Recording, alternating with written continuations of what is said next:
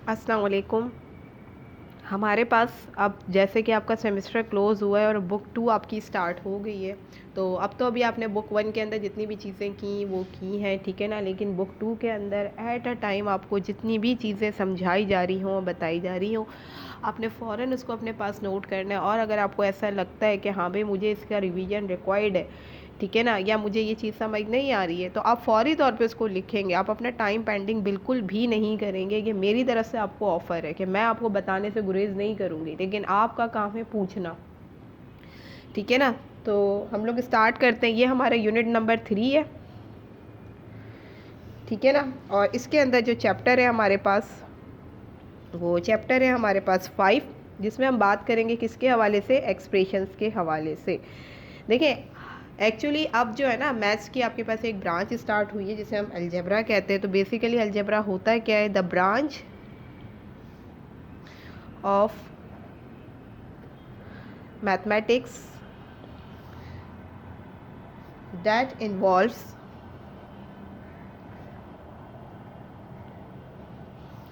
the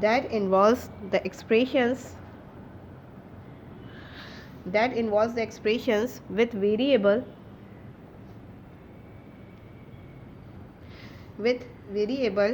which is called algebra, ठीक है ना? अगर मैं यहाँ पर एक छोटा सा समझ लें, एक छोटी सी फॉर्म में लिख रही हूँ, तो उस फॉर्म से ही आपको बासानी समझ आ जाएगा कि अलजेब्रा होता क्या है। सही है। इसमें ना वेरिएबल्स का होना ज़रूरी है। अब ये वेरिएबल्स क्या होते हैं? वेरिएबल्स ए से लेके जेड तक जितने भी अल्फ़ाबेटिक किसी भी तरह, यानी होता ये जब हमें कोई चीज़ मालूम नहीं होती है ना, ठीक है ना, तो सपोज़ करते हैं हम कि भाई ये एक्स के बराबर है, ये वाई के बराबर है, ये पी के बराबर है, ये बी के बराबर है, ये सी के बराबर है। सो दिस इज़ द क्या है ये? This is the form of mathematics which is known as algebra. अब देखिए, मैं यहाँ पे एक छोटी सी शक्ल लिख रही हूँ, जैसे मैंने ये लिख दिया, this is the complete form of algebra. Algebra की समझ लें ये बेस है। हमेशा याद रखिएगा, ये जो है ना, ये which is known as variable, ये हमारे वेरिएबल्स होते हैं। ए से लेके जेड तक कुछ भी आ जाए, वेरिएबल के साथ जो चीज़ लगी हुई होती है ना, which is known as coefficient, ठीक है। और ये जो ऊपर है which is known as exponent और पावर, इसे एक्सपोनेंट भी कहते हैं और इसे पावर भी कहते हैं। बात सारी है कि अगर आपको इन सब चीज़ों को सॉल्व करना आता है ना, तो आप यकीन करें अलजेब्रा मैथ्स का बड़ा क्विकली सॉल्व होने वाला जो है ना ब्रांच है।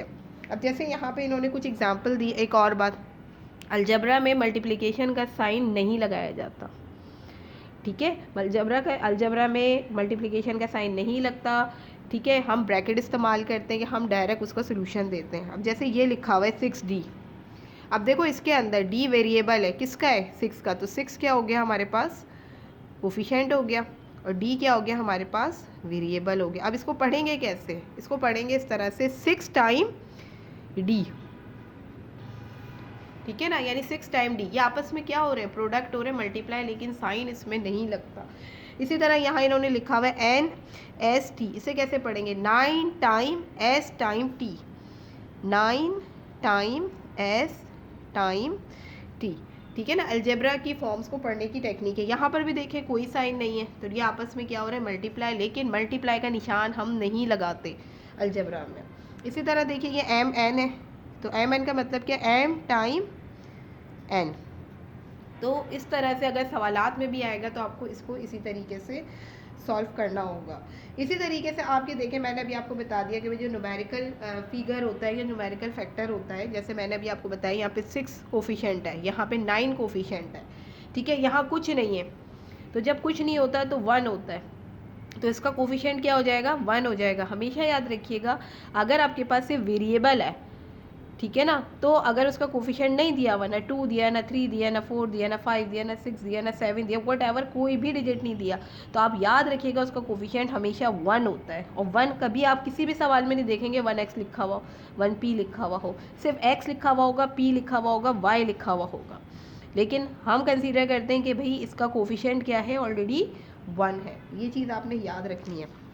इसी तरह अगर ये आ जाए एक्सप्रेशन इस तरह का, y/2, तो इसको मैं कैसे लिख सकती हूँ? y divided by 2। और ऐसे भी तो लिख सकती हूँ कि मैंने आपको सॉल्व करा है ना, डिवाइड ख़त्म होता है, रेसिप्रोकल होता है, 2/1, ये क्या हो जाएगा? 1/2। तो अगर कभी इस तरह के सवाल आए तो इस फॉर्म को आपने इस्तेमाल करना है, तो अब हम स्टार्ट करते हैं पेज नंबर 350 का। होपफुली आपको समझ आई होगी इसकी बेसिक।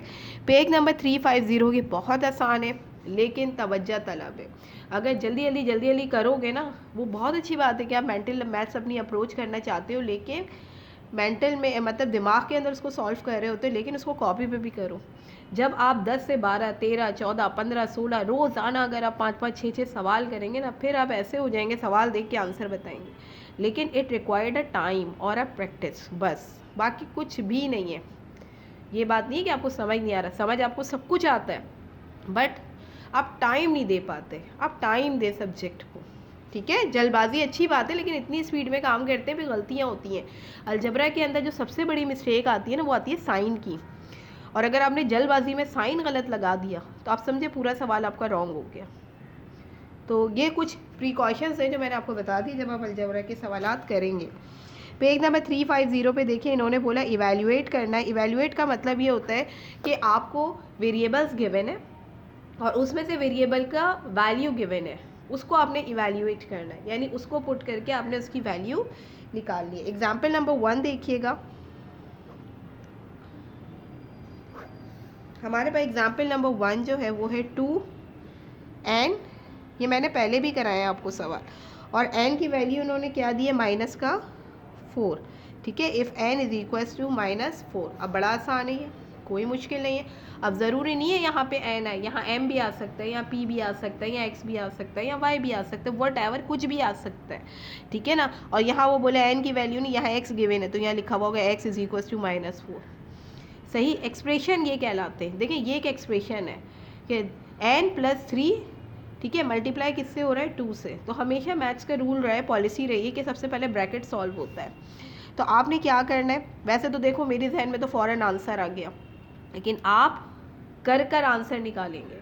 जब आप अच्छी खासी प्रैक्टिस पे आ जाएंगे ना, फिर मैं आपको लाइव में सवाल बोलूँगी और आप क्विकली आंसर मुझे देंगे, ठीक है। अभी आप करेंगे सॉल्व। n की जगह हम क्या पुट करेंगे, -4 +3।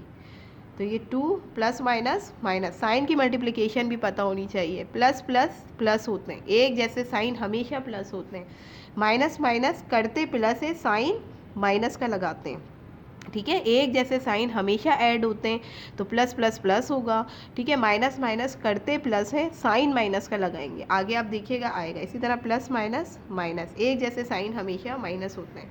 तो यहाँ देखिए प्लस माइनस माइनस, -4 में से +3 गया, -1, सो प्लस माइनस, यहाँ कोई साइन नहीं है तो क्या मौजूद है, प्लस। तो प्लस माइनस माइनस, 2 1 ज़ा 2। This is your required answer. है ना आसान। तो कहने का मतलब ये कि अगर आपको टेक्निक आती है तो फिर आपके लिए ये सवाल, अगर इस तरह के सवाल आ जाए ना पेपर में, आप यकीन करें आपके नंबर कहीं नहीं गए, लेकिन उसके लिए आपको काम करना पड़ेगा, ठीक है। काम करना पड़ेगा, काम करोगे तो ये चुटकी में नंबर आएंगे आपके। इसके बाद एग्जाम्पल नंबर 2 आप खुद करेंगे, ये आसान थी। डू योर सेल्फ, और काइंडली पेन से कीजिएगा ताकि मैं ये क्लियरली मेथड के साथ, मैं फिर कह रही हूँ मुझे आंसर नहीं चाहिए। आप आंसर मुझे भेजोगे मैं कट कर दूँगी, मुझे आंसर नहीं चाहिए, मुझे मेथड चाहिए। इस वक्त मैं आपका रिजल्ट नहीं बना रही, इस वक्त मुझे आपकी प्रैक्टिस चाहिए।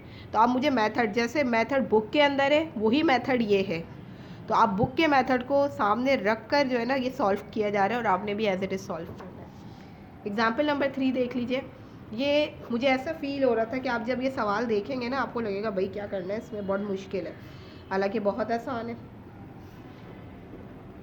देखो कोई साइन नहीं है तो ये आपस में क्या हो रहा है, मल्टीप्लाई हो रहा है, पता है ना आपको, लेकिन मल्टीप्लाई का साइन हम नहीं लगाते, ठीक है। 4 y किसके बराबर है, 3, इसके ऊपर एक्सपोनेंट क्या दिया हुआ है, 3, और ये मैंने आपको सॉल्व करने का तरीका सिखाया है। जब भी किसी नंबर पे कोई एक्सपोनेंट या नंबर लिखा हुआ हो, ठीक है ना, 3 लिखा हुआ है तो उस नंबर को 3 टाइम्स करेंगे, 4 लिखा होता है तो उस नंबर को 4 टाइम्स करते, 2 लिखा हुआ है तो उस नंबर को 2 टाइम्स। तो देखो 3 के ऊपर 3 लगा हुआ है तो 3 × 3 × 3, तो ये क्या हुआ, 3 3 ज़ा 9, 9 3 ज़ा 27, ठीक है। अब देखो ब्रैकेट, ब्रैकेट का मतलब आपस में ये मल्टीप्लाई हो रहे हैं, तो 27 को आप 4 से मल्टीप्लाई, सब रफ कॉलम में हो रहा है, ठीक है। This is the rough work. 4 7 ज़ा 28, 4 2 ज़ा 10, 9, क्या होगा हमारे पास 10 हो जाएगा, ठीक है ना। तो ये हमारे पास आ गया 108 प्लस 2। अब हम प्लस करेंगे तो 108 में 2 को प्लस कर दीजिए तो आपके पास आंसर आ जाएगा 110। This is your required answer. ठीक है ना। तो आप देखिए कोई इतना मुश्किल नहीं है, आसान है। लेकिन अगर आप लोग अगर आप प्रैक्टिस करोगे तो आपको, फिर मैं बार बार देखो हमेशा मेरी हर वीडियो में, हर लाइव क्लास के अंदर मेरा जो आपसे एक तरह से सुन लीजिए कि जो सबसे इम्पॉर्टेंट सेंटेंस होता है ना वो यही होता है कि आप प्रैक्टिस करें। प्रैक्टिस करेंगे आप, यकीन करेंगे आपके हाथ के सारे बिल्कुल हाथ के ऊपर सॉल्व है आपके, और ऐसा होगा। अभी तो मैं आपको सवाल ऐसे दे रही हूँ, लेकिन आगे आने वाली क्लास में, लाइव क्लास में ऐसे रखूँ, मैं सवाल बोल रही हूँ, आंसर दो फटाफट, यानी आपने क्विकली देना है। ये उस वक्त होगा जब आपके पास सारी चीज़ें क्लियर हो जाएंगी। ठीक है। इसका जो गॉट इट गिवन है वो देख लें, वो आपका होमवर्क है। ये मैं आपको दे रही हूँ यहाँ पे, इसका got it, this is your homework. अब वो आपका क्या है, ए से लेकर ई तक, ए से लेकर ई तक गॉट इट में जितने सवाल दिए हुए हैं, थ्रो द प्रॉपर मेथड, आपने आंसर निकाल के मुझे पेन से करके इमेज शेयर करना है। ठीक है ना। इसलिए मैं आपको बहुत ज़्यादा काम नहीं दे रही, क्योंकि आजकल आपके वैसे वेकेशंस हैं, आपका सेमेस्टर ऑफ है तो उसका वेकेशंस आपको दिया हुआ है, तो लाजमी सी बात है आपको ये फीलिंग्स आ रही होंगी कि भाई मुझे तो थोड़ा बहुत टाइम जो है वो अपनी अदर एक्टिविटीज़ में लगाना है। वो बेशक आप अदर एक्टिविटीज़ में लगाएं, लेकिन ये आपके लिए बड़ा अच्छा टाइम है।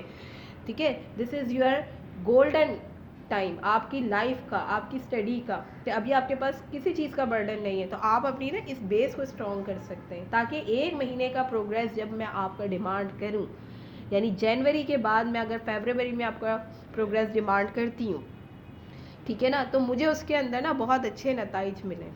सही है। वो वाले आपके कमेंट नहीं आना चाहिए जो लास्ट है, क्योंकि देखें इससे आप भी डिसहार्ट होते हो, आप तो होते ही होते हो, टीचर भी बड़ा डिसहार्ट होता है कि वो आपके लिए इतना काम कर रहा है, इतनी सारी आपके लिए कोशिश करते हैं, बार बार आपको उस चीज़ की तंबीह कर रहा होता है। तो लिहाजा आपके ना जो कहते हैं ना कि जो राय आपके टीचर्स ने आपके बारे में दी है ना, वो बिल्कुल अपोजिट हो जाए, वो खुद हैरान हो जाए, नहीं भाई he is a very talented और is a very smart student.